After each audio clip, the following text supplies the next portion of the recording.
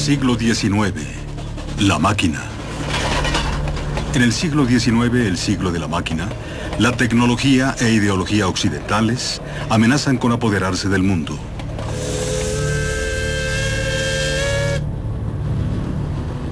El vapor extiende el alcance del poder humano, impulsando a millones sobre los continentes y a través de los océanos.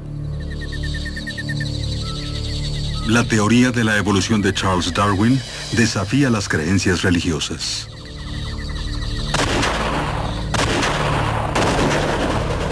Respaldados por el poder industrial, los invasores blancos invaden Norteamérica y conquistan a los indios de las praderas.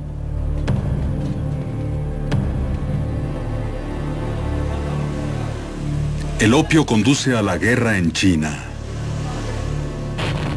cambiando el equilibrio de poder en el mundo. Las fábricas y las máquinas cambian paisajes y vidas en todo el mundo. 1000 años de historia. Millennium.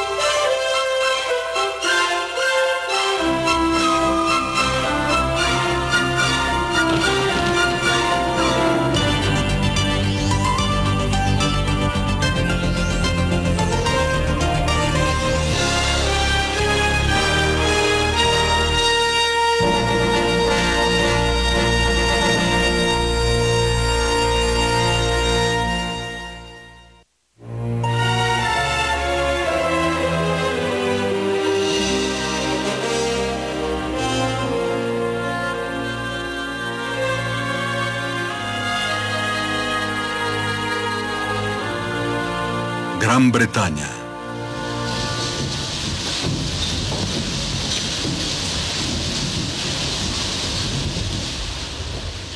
Hasta el siglo XIX, la energía se obtenía de músculos, ruedas, viento y agua.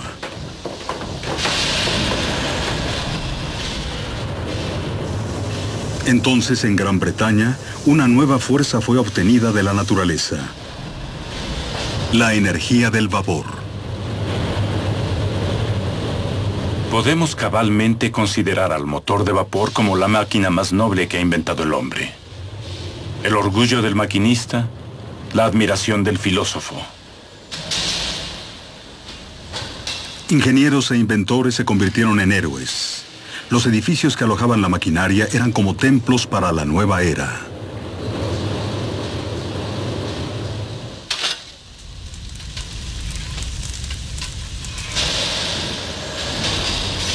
Las primeras máquinas, algunas del tamaño de un edificio de 3 pisos, eran usadas para extraer el agua excedente de minas y agua potable de ríos.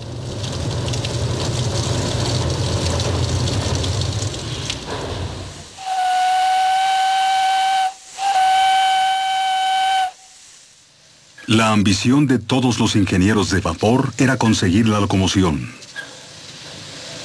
El primero en tener éxito fue Richard Trevithick. En 1804 ganó una apuesta que sostenía que su máquina podía cargar 10 toneladas de hierro a lo largo de 14,5 kilómetros de una vía en Gales.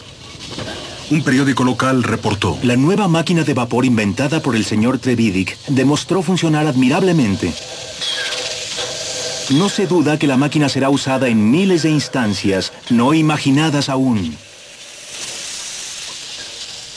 La profecía se convirtió en realidad, pero no aún para Trevithick. Sus motores eran simplemente demasiado pesados para los rieles.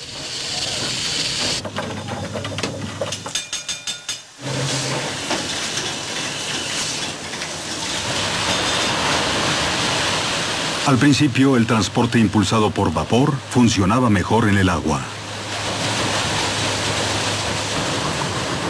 En 1807, en los Estados Unidos, el primer buque comercial de vapor fue lanzado.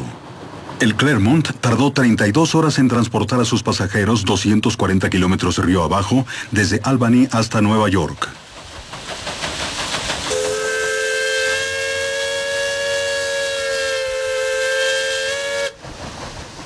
Solo 12 años después, los barcos de vapor estaban cruzando el Océano Atlántico.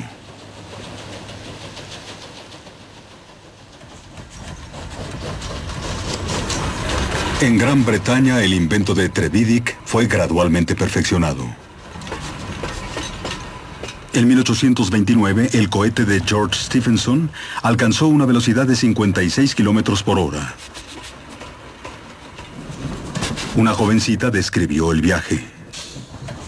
Qué extraño fue viajar sin medios de progreso evidentes, a bordo de la máquina mágica con su veloz aliento blanco y rítmico y variante paso. Cuando cerré mis ojos, la sensación de volar era deliciosa.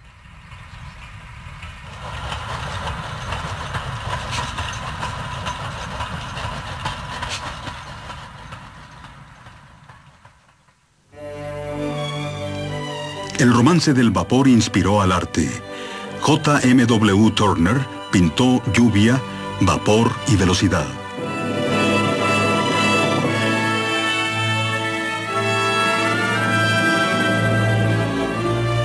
La música de Felix Mendelssohn evocó los viajes en barcos de vapor que hizo en Escocia.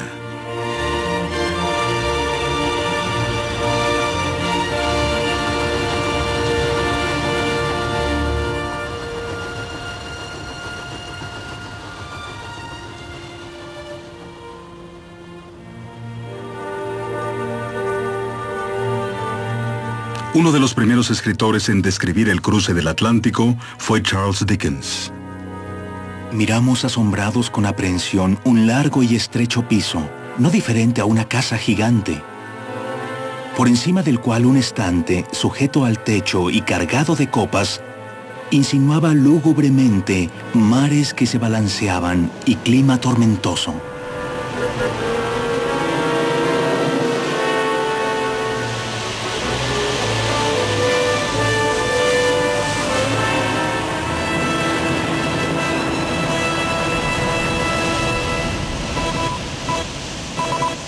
Pronto la comunicación se hizo posible incluso bajo el mar, usando otra nueva fuerza de la naturaleza, la electricidad. Mensajes instantáneos podían ser enviados a través de largas distancias por cables tendidos bajo el Atlántico por el primer barco de vapor de hierro. El diseñador del barco era una celebridad, el ingeniero héroe del pueblo británico, Isambard Kingdom Brunel. La imaginación de Brunel conquistó a la naturaleza, tendiendo puentes sobre ríos y excavando túneles en las colinas. Pero sus victorias costaron sangre. 100 trabajadores murieron cavando un túnel de 3 kilómetros entre Bristol y Londres.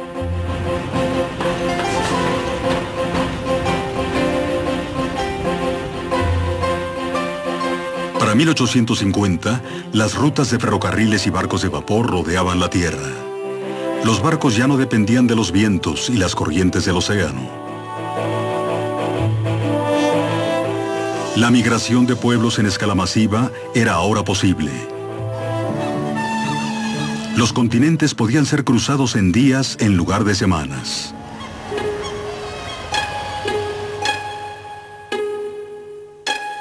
Los viajes volvieron esencial el sincronizar los relojes del mundo. El observatorio de Greenwich en Londres fue adoptado formalmente como el meridiano cero, el centro del tiempo del mundo, y el resto del mundo se dividió en 24 usos horarios.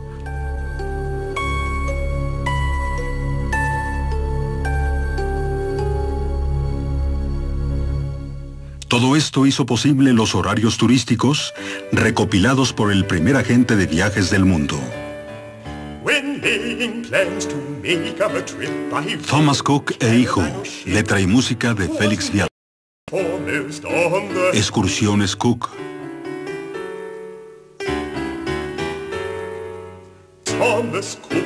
Nilo y Palestina por Viajes Cook.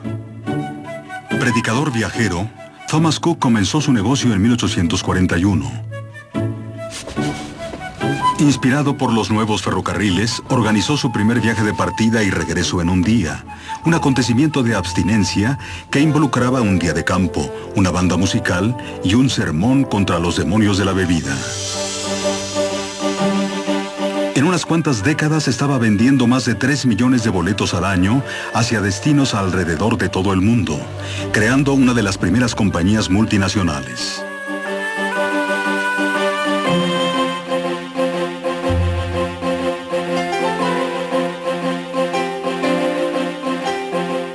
Cook llevó a obreros a las costas, vacacionistas de clase media a Europa y a los ricos a cualquier parte del Imperio Británico y del mundo.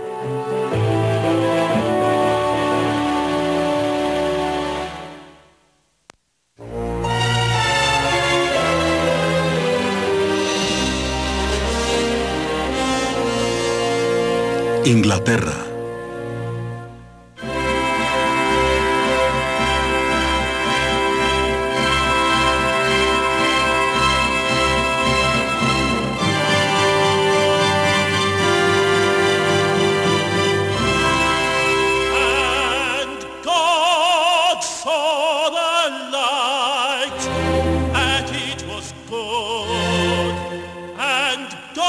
En 1800, Joseph Haydn publicó su oratorio La Creación. Contaba la historia bíblica del Génesis. Dios hizo al mundo en 6 días y coronó su creación con el hombre. En el siglo XIX, esta creencia popular fue desafiada por una radical idea profana.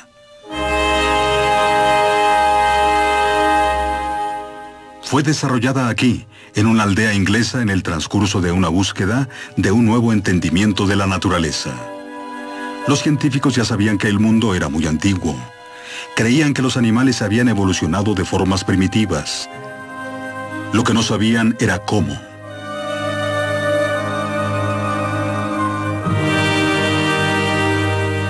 Charles Darwin fue el primero en resolver el problema con su teoría de la evolución.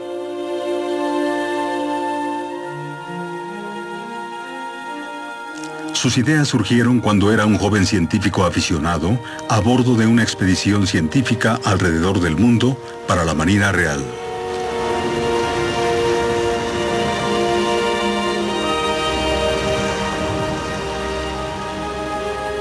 En el Pacífico, Darwin exploró las Islas Galápagos.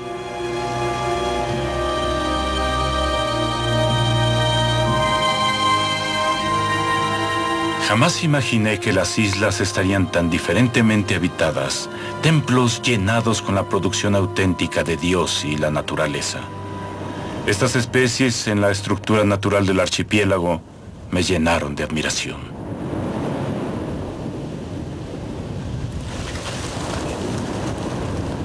Aquí, Darwin comenzó a entender que las especies se habían cambiado, adaptándose a las condiciones locales.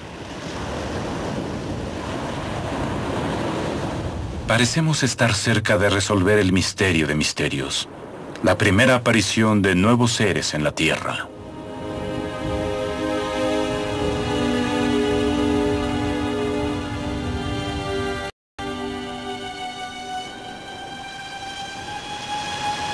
Pero no eran solo los animales los que se adaptaban a su medio ambiente. En la Tierra del Fuego, al borde del hemisferio sur, Darwin encontró un pueblo que vivía casi desnudo en este duro medio ambiente.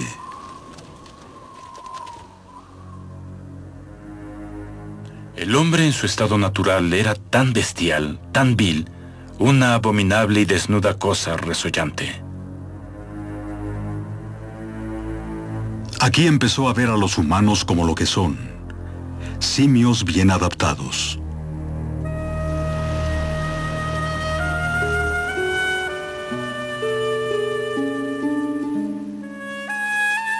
Darwin regresó de su viaje con colecciones de especímenes que le ganaron respeto entre los científicos profesionales.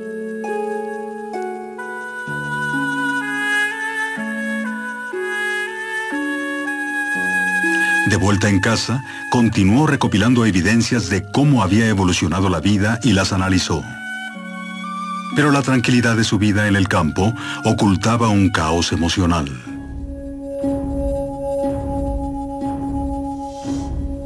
Darwin se había casado con su prima. Algunos de sus hijos estaban enfermos luchando por sobrevivir. Cuando una hija murió, Darwin quedó devastado. Fue imposible para mí volver a sentir alegría. Ya no estaba seguro de la existencia de Dios.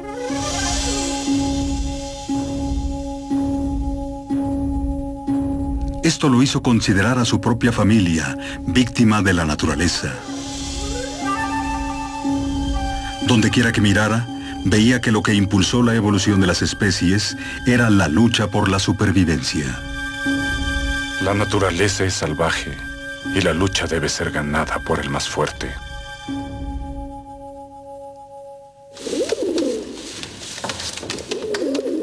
Su teoría fue desarrollada más ampliamente cuando se unió a un club local de pichones.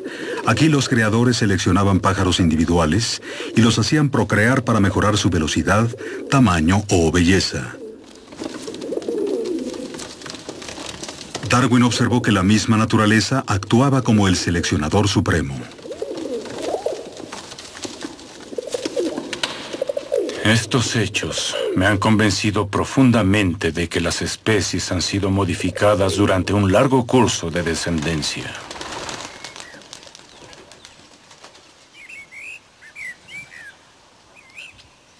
Darwin observó que lo que era cierto en los pichones debía ser cierto en animales más desarrollados. El hombre, el maravilloso hombre, no es una deidad. Posee algunos de los mismos instintos y sentimientos de los animales. ¿Evolucionó el hombre como otros animales? ¿O la intervención de Dios lo hacía especial? Durante 20 años, Darwin ocultó su teoría. Atormentado por la ansiedad, temía desgracias por los críticos religiosos y rivales profesionales. Fue forzado a publicarla finalmente cuando descubrió que otro naturalista había llegado a las mismas conclusiones.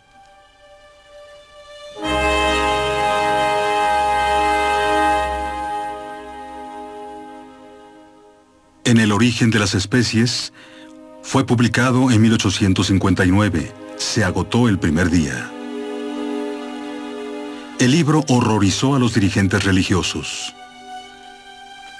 Los sentidos de bondad y belleza del hombre no eran regalo de Dios, sino simples características que habían evolucionado. Darwin fue ridiculizado.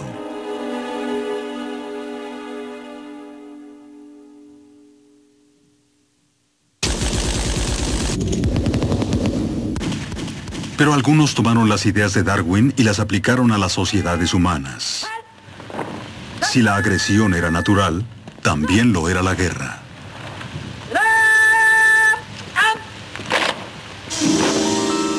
Las razas civilizadas del hombre reemplazarán casi por completo a las razas salvajes a través del mundo.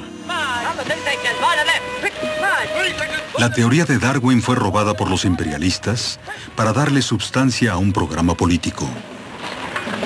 La creencia de que el occidente blanco con sus máquinas superiores estaba destinado a prevalecer y estaba justificado a marchar a través del mundo para conquistarlo. El poder armado y la movilidad de Occidente se volvieron imparables.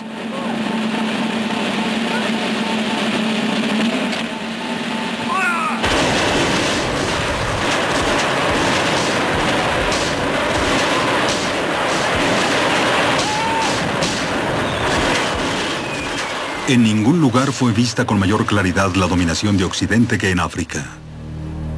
Hacia el fin de siglo, África se convirtió en la víctima de una invasión colonial al por mayor. Aquí las potencias industrializadas de Europa representaron su propia batalla de la supervivencia del más apto.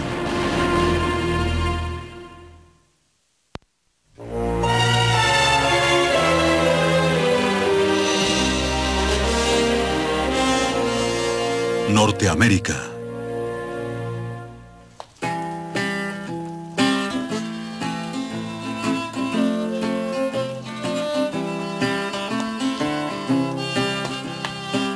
Las imágenes del oeste norteamericano pueden ser engañosas. Los pueblos vaqueros parecen destartalados y rústicos, pero fueron productos de la era industrial. El oeste fue finalmente hecho accesible por la mecanización y el ferrocarril. Los primeros colonizadores blancos encontraron a las praderas demasiado difíciles de domar. Un vasto país incapaz de sostener a una población densa. Una tierra de hierro.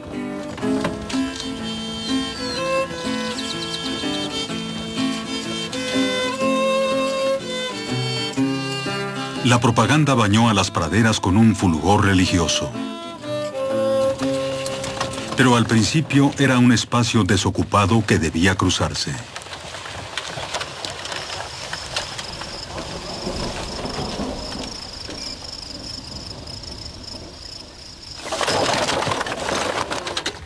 Los primeros colonizadores descubrieron que esta tierra prometida ya era hogar de otras culturas.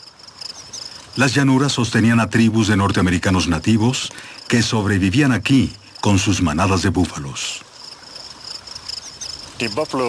El búfalo fue un regalo del Creador. Fue dado a los norteamericanos nativos para que lo usaran para sobrevivir, para vivir en esta tierra. Usábamos cada parte del búfalo, desde los cuernos hasta las pezuñas. La espiritualidad del búfalo es muy importante para nosotros. Significaba todo para los norteamericanos nativos. De aquí en las llanuras, las tribus partieron para conquistar imperios. Un pueblo, los Sioux, tenían una visión de dominio sobre montañas, desiertos y bosques. Sobre caballos se extendieron sobre la tierra y la imaginaron unida. Con armas compradas a los europeos, persiguieron sus propias ambiciones territoriales. Pero había un rival al que no pudieron superar. El hombre blanco invasor.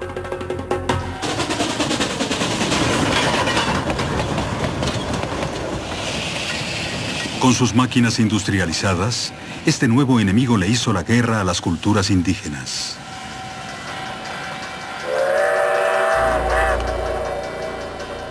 Los blancos usaron la creencia en su destino manifiesto para justificar su conquista de todo el continente.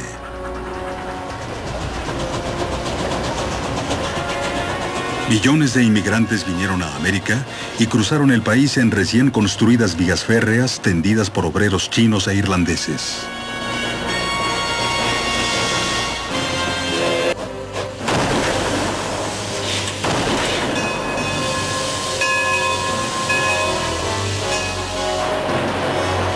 El ferrocarril Kansas Pacífico comisionó a la 7ª Caballería de los Estados Unidos, comandada por el general Custer, para defender a los trenes en contra de ataques. Los invasores fueron apoyados por los fabricantes de armas y municiones en escala industrial.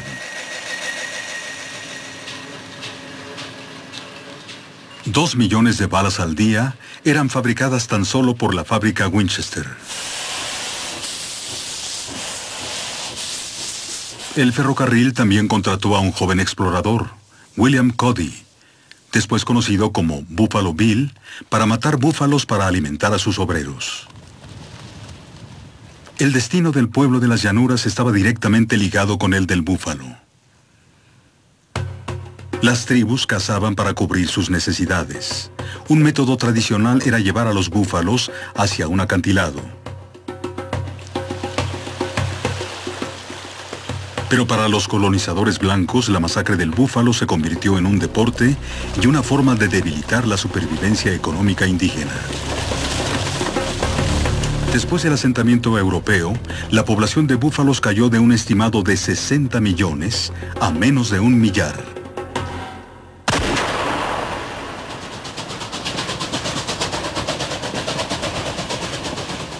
Era una impactante demostración del poder de las sociedades industrializadas.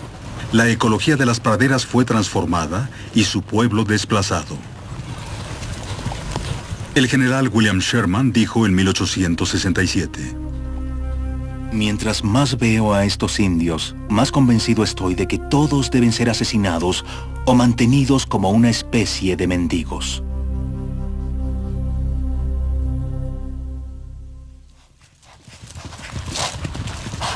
Pero la resistencia continuó.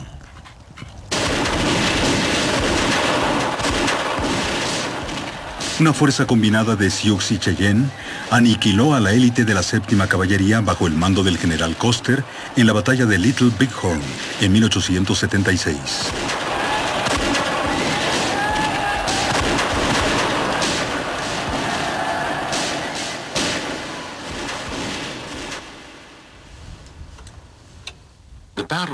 La batalla de Little Bighorn fue una vez la mayor derrota jamás sufrida por el ejército de los Estados Unidos durante las guerras indias en el oeste y la mayor victoria de los nativos norteamericanos en su larga lucha por preservar su territorio y su forma tradicional de vida.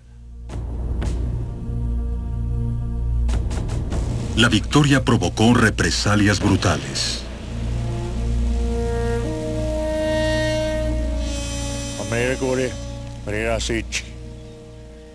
Una vez fuimos felices en nuestra propia tierra, pero vino el hombre blanco e hizo pequeñas islas para nosotros, y siempre estas islas se vuelven más pequeñas. Mientras que los indios sobrevivientes eran acorralados en reservaciones, a algunos les ofrecieron papeles en una fantasía teatral. En 1883, Buffalo Bill organizó el primero de sus espectáculos del salvaje oeste, que recorrieron el mundo durante los siguientes 30 años. Los guerreros indios viajaban entre sus presentaciones en los mismos barcos de vapor y trenes que habían ayudado a destruir su propia cultura.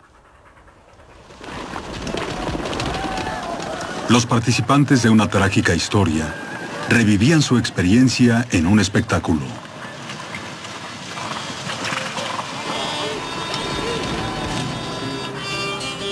Buffalo Bill había ayudado a establecer el mito occidental de los indios y los vaqueros. Pronto, una nueva industria cinematográfica proyectaría estas imágenes en cada lugar del mundo.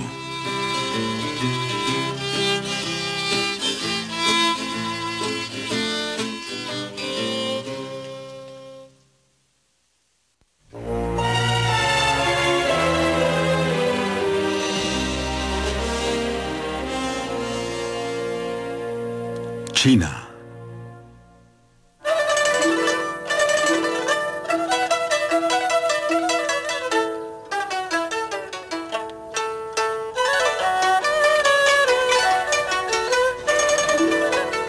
China comenzó el siglo XIX confiando aún en su superioridad sobre el resto del mundo.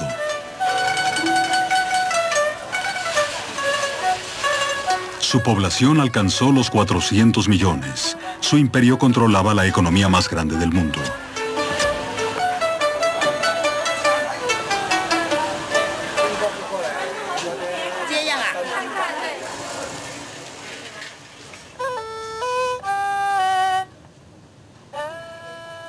China disfrutaba un favorable equilibrio comercial con Occidente, recibiendo grandes cantidades de dinero en pago por sedas, porcelana y, por encima de todo, té.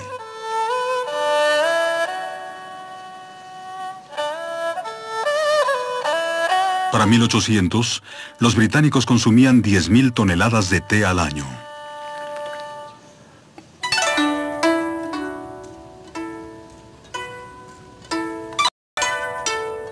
Tanto dinero fluyó hacia China que un comerciante chino se convirtió en el hombre más rico del mundo. Hao Qua, uno de los pocos que podían oficialmente comerciar con extranjeros. Todo negocio extranjero era canalizado a través de bodegas designadas en lo que entonces era la ciudad más grande del mundo, Cantón.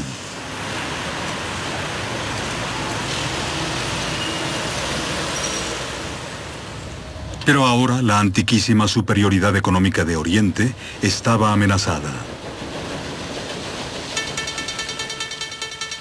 Gran Bretaña había encontrado un producto para invertir el balance comercial, el opio, que crecía en las colinas de la recién conquistada India.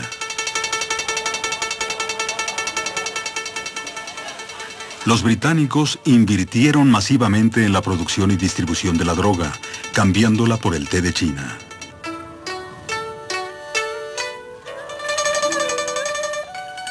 El opio estaba haciendo estragos en la estructura social de China. Ese daño fue empeorado por la invasión comercial británica. Al veneno, ay de mí, se le ha permitido arrastrarse sin ser detectado hasta que todo el humo bárbaro llena el mercado.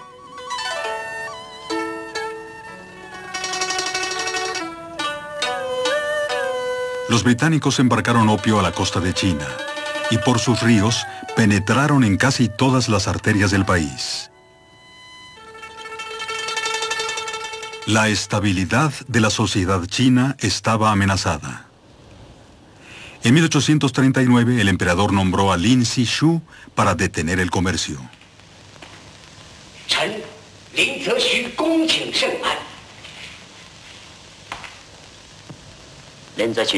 Te nombro alto comisionado.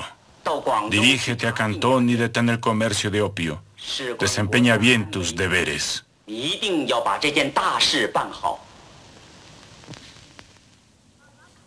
Lin le escribió a la reina Victoria. Suponga que hubiera personas de otro país que llevaran opio para venderlo en Inglaterra y sedujeran a su pueblo para comprarlo y fumarlo. Estoy seguro de que su honorable soberana lo odiaría profundamente y se disgustaría mucho. La solicitud de Lin no logró nada. Después de eso trató de paralizar el comercio. Todos los mercaderes deben entregar sus provisiones completas de opio. Si son descubiertos traficando con opio de nuevo, todas sus provisiones serán confiscadas y los dueños presentados ante la ley.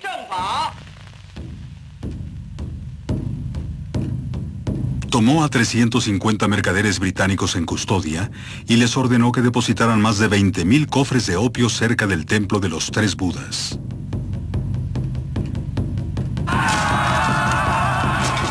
Miles de pelotas de opio comprimido fueron decomisadas, arrojadas en zanjas llenas de cal y arrastradas por una corriente de agua hasta el delta del río Perla.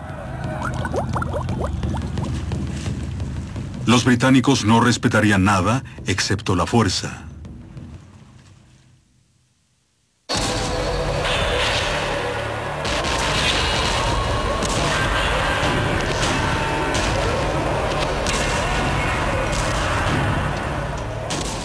La guerra resultante llevó a China a la derrota y a Gran Bretaña a la vergüenza. En el Parlamento británico, William Gladstone criticó al gobierno. Una guerra más injusta en su origen, una guerra más calculada para cubrir a este país con la desgracia permanente, no la conozco. El hombre que ayudó a negociar los términos de la rendición de China fue Hou Qua. Murió un año más tarde, como un hombre arruinado en un mundo destrozado.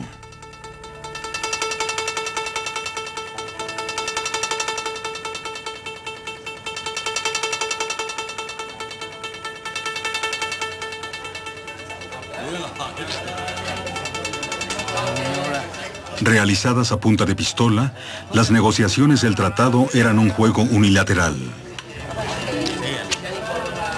Todos los movimientos chinos fallaron. China fue forzada a entregar 600 toneladas de plata.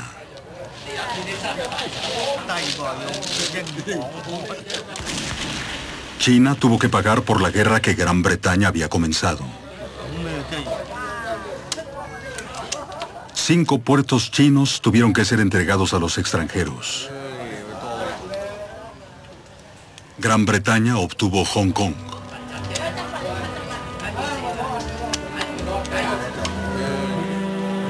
Otras naciones occidentales explotaron las heridas de guerra de China. Las potencias industriales tomaron posesión para obtener concesiones comerciales.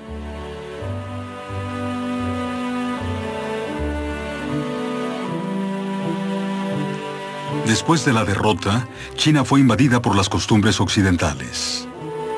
En el interior de China, los comerciantes extranjeros vivían en casas majestuosas, en avenidas iguales a las europeas. 150 años después, estos edificios han sido reclamados. Hong Kong ha sido devuelto a China. Lin Zexu es festejado como un héroe nacional.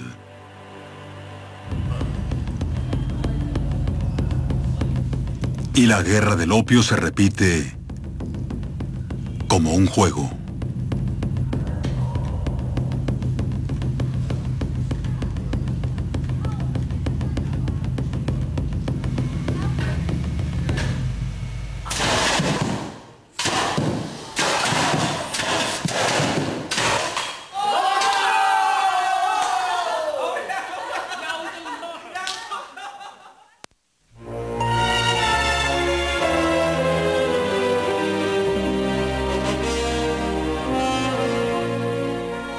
Europa.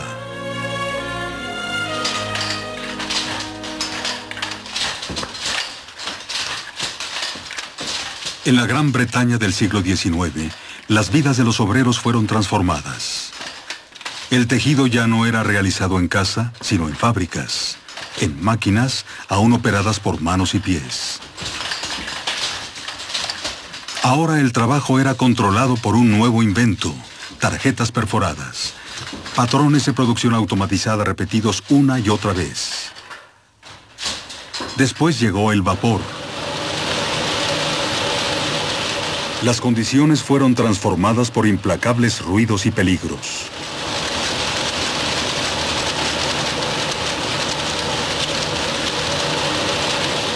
Los trabajadores se habían convertido en meras extensiones de las máquinas.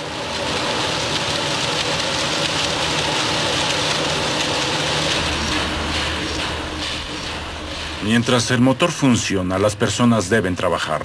Hombres, mujeres y niños son esclavizados juntos con hierro y vapor a la máquina que no conoce el cansancio.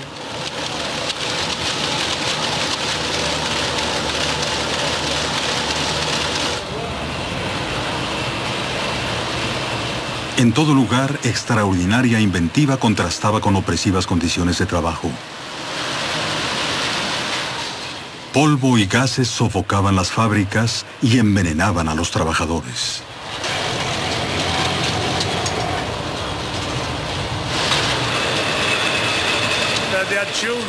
Tenían niños aquí desde los 6 años. En realidad deberían haber tenido 10, pero los contrataban menores. Empezaban desde las 5 en punto en la mañana hasta las 10 en punto en la noche, y si llegaban tarde eran multados.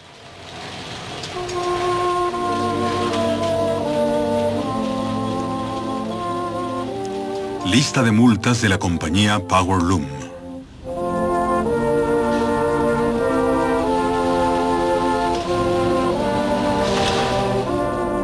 Extendiéndose a través del mundo occidental, las fábricas transformaron el paisaje, asfixiando las atestadas ciudades con humo y hollín.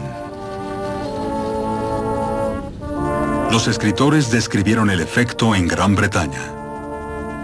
Una escena horripilante cubierta de hornos, laminadoras, motores de vapor y hombres cubiertos de hollín. De noche, toda la región arde como un volcán escupiendo fuego.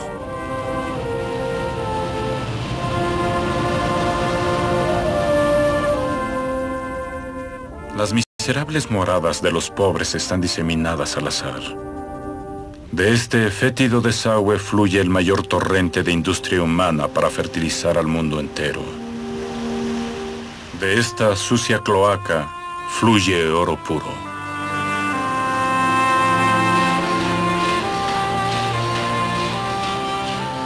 De la explotación de los obreros surgió la lucha por crear sindicatos.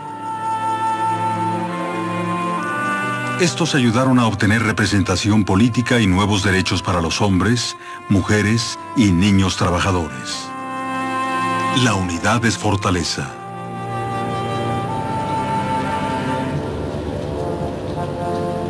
La pieza clave de la industrialización fue la fabricación del acero, a punto ahora de ser transformada. Los métodos tradicionales de fundición fueron reemplazados por la magia industrial del nuevo proceso de Henry Bessemer. Se originó una erupción volcánica de tan deslumbrante resplandor como jamás se había visto. Cuando la combustión hubo agotado toda su furia, lo más maravilloso de todo fue el resultado, el acero. Con acero resistente y barato, las naciones podían construir vías férreas y ropa producida en serie. Podían llegar más alto y golpear más fuerte que nunca antes. Alrededor del mundo, la industrialización alteró el balance del poder. Las primeras regiones industrializadas dominaron al resto. La industria pesada centralizó el poder.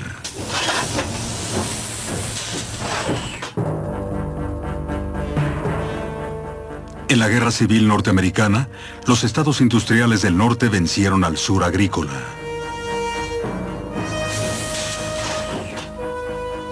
En Japón, el sur industrial ayudó a modernizar a todo el país.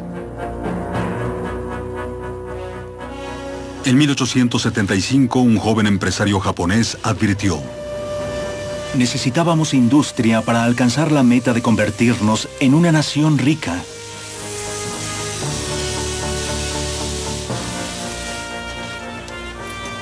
Al ser industrializado, Japón se convirtió en la potencia más fuerte de Oriente. Alrededor del mundo, las víctimas de la industrialización, los obreros, compartieron cada vez más sus beneficios. Un ciclo de prosperidad unió a la producción en serie, aumentando los salarios y la demanda de artículos manufacturados. Las lavadoras y las máquinas de coser cambiaron las vidas de las personas.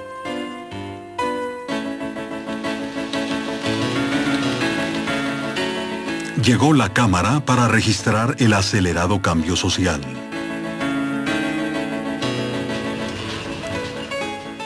Diarios populares.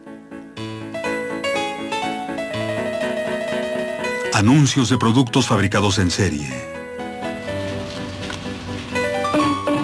El automóvil. Hacia el final del siglo, las fotografías fijas empezaron a moverse. En 1898, los hermanos Lumière, con su primera cámara cinematográfica, filmaron una locomotora de vapor llegando a la estación. Una imagen adecuada y en movimiento de un siglo, en el que el mundo había sido transformado por la máquina.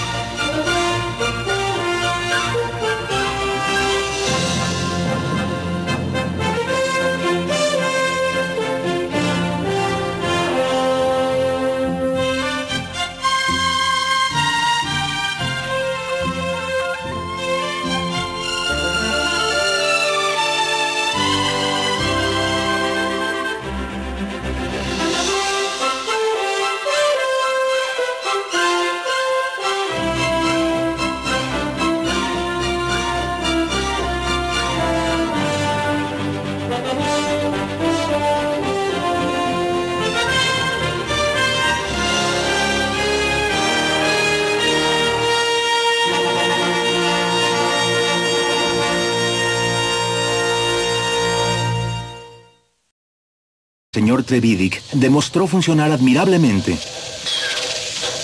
No se duda que la máquina será usada en miles de instancias no imaginadas aún. La profecía se convirtió en realidad, pero no aún para Trevithick. Sus motores eran simplemente demasiado pesados para los rieles.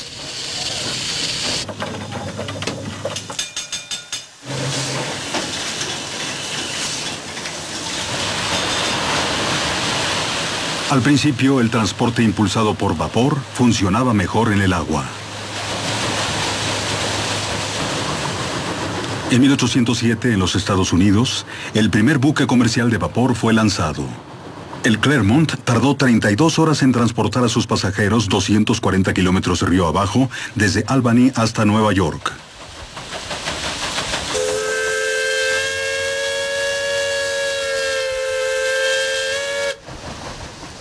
Solo 12 años después, los barcos de vapor estaban cruzando el Océano Atlántico.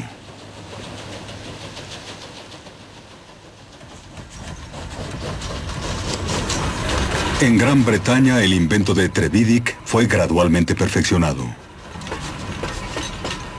En 1829, el cohete de George Stephenson alcanzó una velocidad de 56 kilómetros por hora.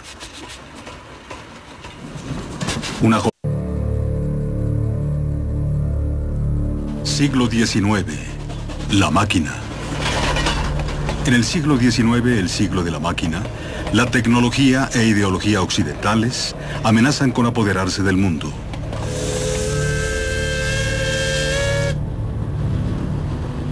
El vapor extiende el alcance del poder humano, impulsando a millones sobre los continentes y a través de los océanos. La teoría de la evolución de Charles Darwin desafía las creencias religiosas.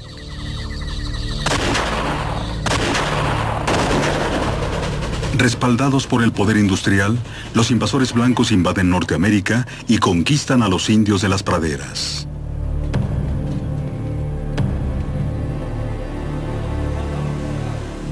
El opio conduce a la guerra en China, cambiando el equilibrio de poder en el mundo. Las fábricas y las máquinas cambian paisajes y vidas en todo el mundo. 1000 años de historia. Millennium.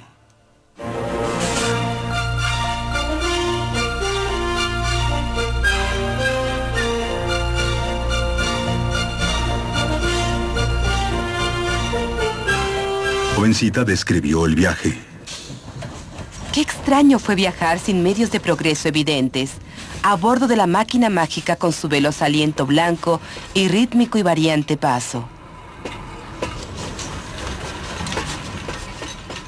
Cuando cerré mis ojos, la sensación de volar era deliciosa.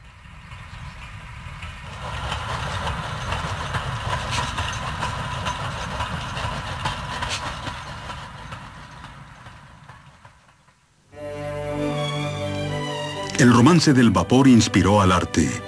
J.M.W. Turner pintó lluvia, vapor y velocidad.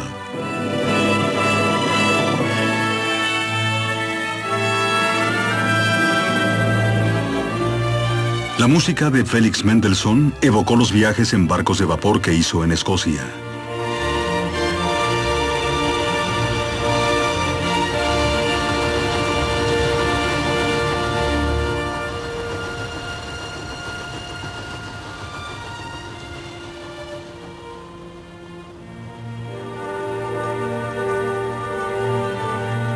Uno de los primeros escritores en describir el cruce del Atlántico fue Charles Dickens.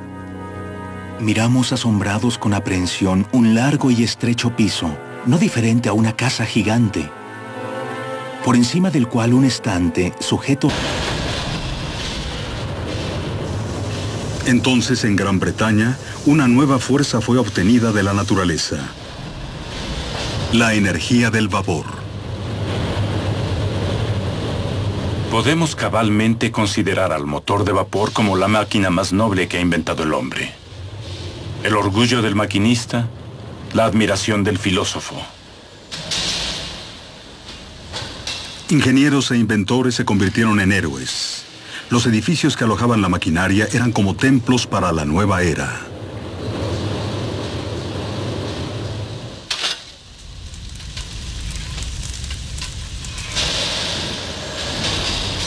Las primeras máquinas, algunas del tamaño de un edificio de 3 pisos, eran usadas para extraer el agua excedente de minas y agua potable de ríos.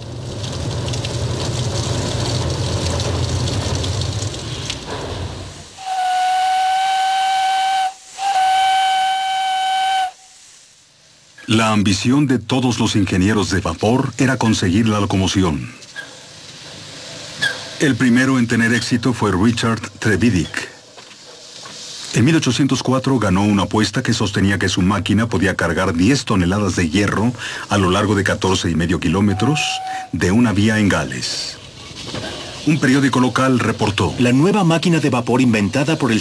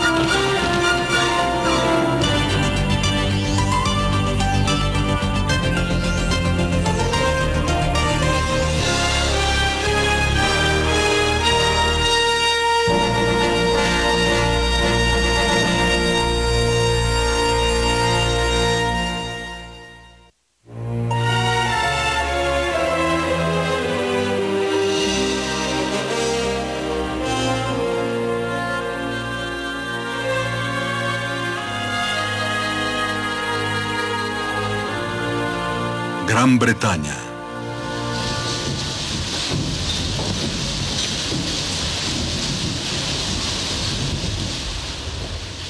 Hasta el siglo XIX, la energía se obtenía de músculos, ruedas, viento y agua.